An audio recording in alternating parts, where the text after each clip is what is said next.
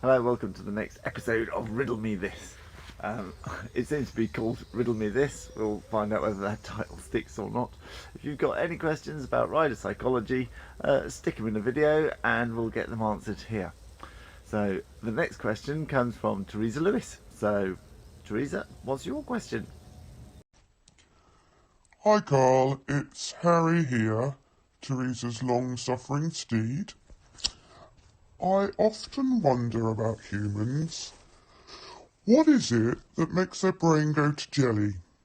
And when I say that, I mean like we're going out and we're doing lots and we're having a cracking time and it's all good fun, and then for some reason, nothing that I can think of, nothing goes wrong, nothing happens, just feel like we're back at square one again. Why do humans do this? And what is going on in that head of theirs? Thanks, Karl. I hope you can help. Great question. If I understand the question correctly, it's why is everything feeling absolutely fine and then suddenly this nagging doubt will pop in and start sowing its seed of discord across our minds.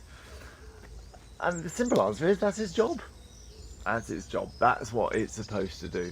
Our primitive minds are there to look after us. It just wants to protect us. It says, have you considered this? Have you considered this? Have you considered this? The trick is how to say to our subconscious primitive minds that are trying to look after us, yes, I have.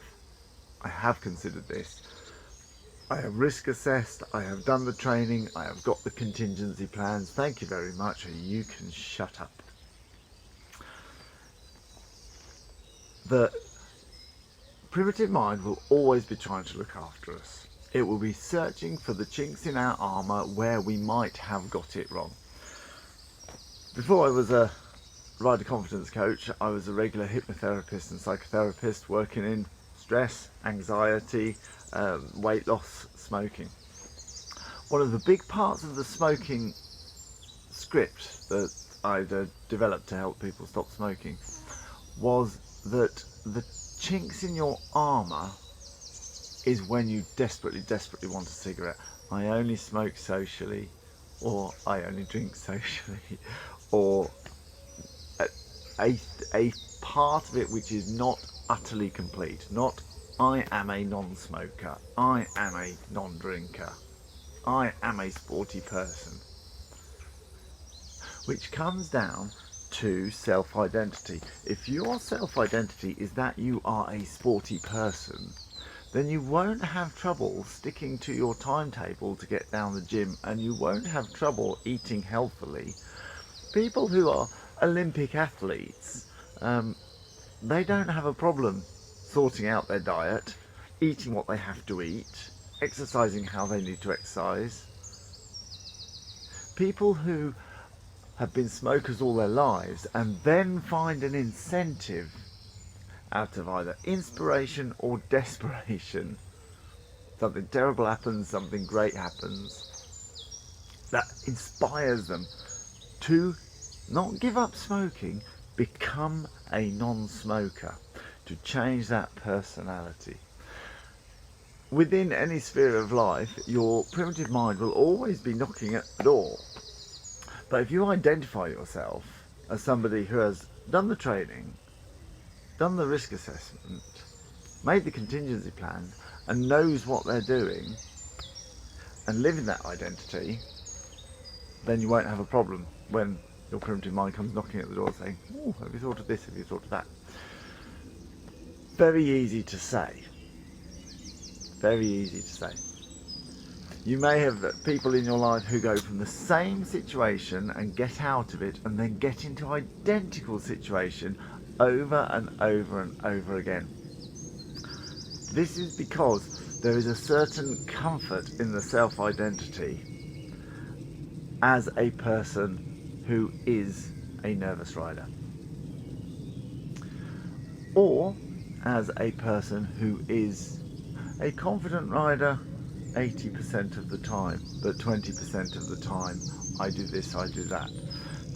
The identity of the person, I have people coming on the rider confidence course who identify so solidly with being a nervous rider that they're almost beyond help.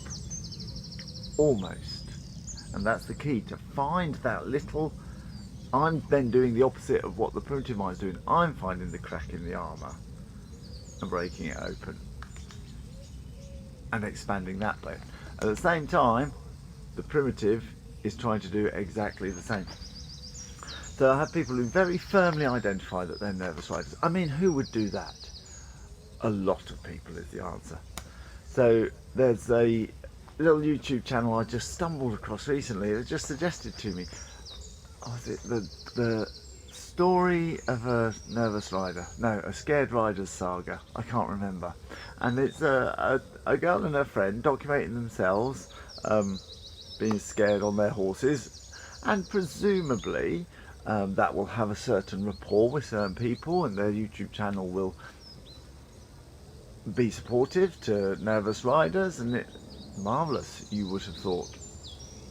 But then I thought, oh, here we are. If this channel becomes popular, I could make myself a bit better known. I could go and help this saga of a scared rider, and we'll document that. It'll be marvellous. But it's not going to happen. Imagine that the YouTube channel takes off and she gets a lot of support and good feelings from being a nervous rider, and along comes Karl Greenwood going, I'll fix you.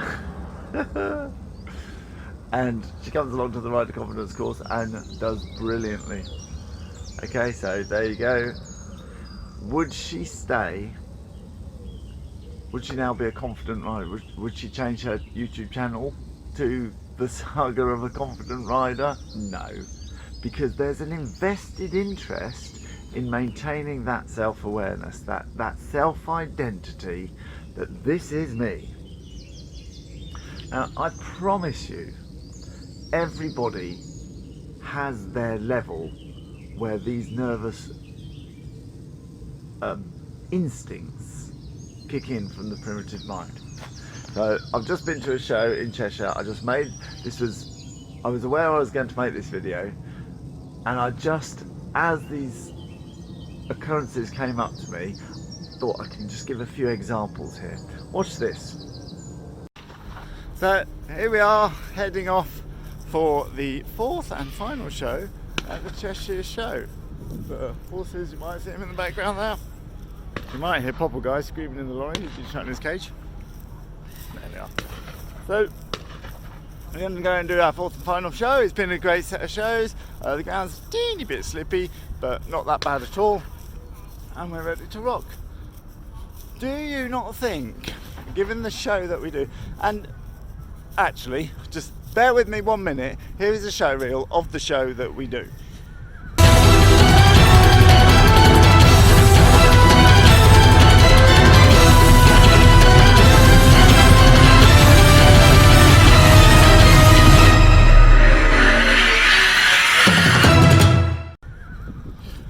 So do you not think that there are various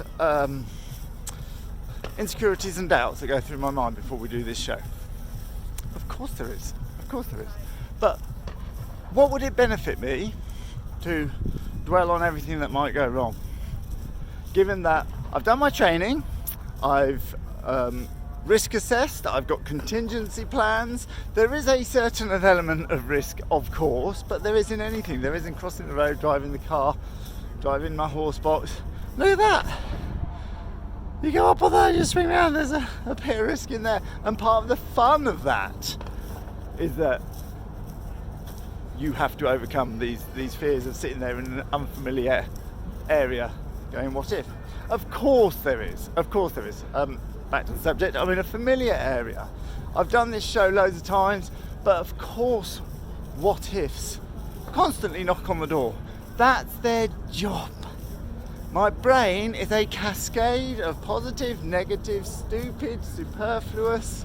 I mean, that cloud looks a bit like a poodle. There was a little thought that occurred to me.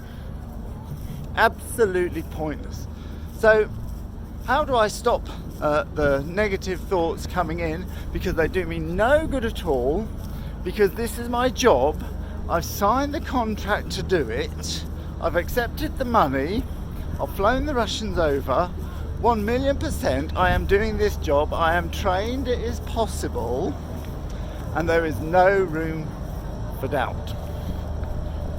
That is what stops the what ifs coming up, the negative thoughts coming up. So if something is an absolute given, then you have full control over how your brain works. If riding is your leisure and you don't have to do it, then you've got much more chance of succumbing to what ifs. And your subconscious knows this. It knows and looks for the chink in the armour that says whether or not we'll do it. Let's get across this crowd. Look how many people there are.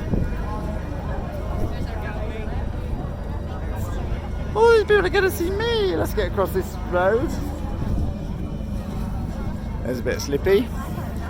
Okay, and the main arena's over here. There are. Look at that. Even an ambulance standing by for me. There we are. That's a good thing, by the way.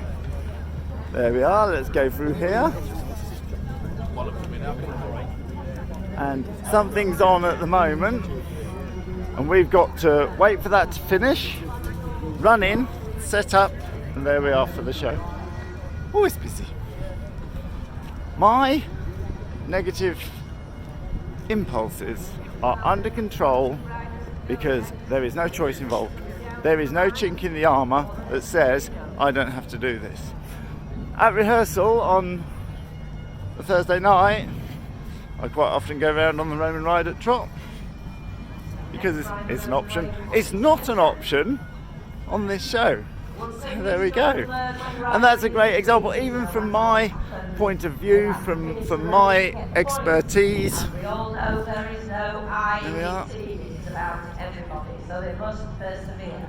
Pony Club Games. Pony Club doesn't only take part. You see the same effect when you get on an aeroplane and you've got to go for a long journey and you're a smoker and you think, how on earth am I going to go 7 hours or 8 hours without a cigarette or longer? And because you absolutely cannot smoke on that plane, there is no option. There is no, I will sneak off to the toilet and have a cigarette, or you cannot. People quite easily last 7, 8, 9, 10 hours on an aeroplane. So there we are. If your identity is a non-smoker, you won't have cravings. If your identity is somebody trying to give it a try, then you will. If your identity is a sporty person, then you will have control over your exercise and diet. If your identity is a non-drinker, then you will have control over the way you plan your social evenings. If your identity is a nervous rider, then you will be a nervous rider. If your identity is an 80% okay and a 20%, it's like an 80% okay and a 20% non-smoker. You're still a smoker. This isn't to say that you should fool yourself that you feel confident in every situation. That's not real life. Real life happens. If the anxiety strikes, the anxiety strikes. It's not the end of the world. It's just a feeling. It's just a feeling. It's not a nice feeling, but the more you dwell on it and go, there it is, there's that 20%, there's that feeling that I don't like, and probably my horse will smell it and bolt. There we are. How many times do you go around going, there's that feeling of confidence, there it is, it is now, yes, I'm doing all right now. A lot less than you go around going, I'm feeling nervous now. I think it's better to be informed than it is to worry. My name is Karl Greenwood. I'm a rider confidence coach and hypnotherapist, and I have produced a report addressing 3 of the major worries of horse riders: bolting, bucking and rearing. The report is completely free, so click the button below and I'll email it to you straight away. Thanks for listening.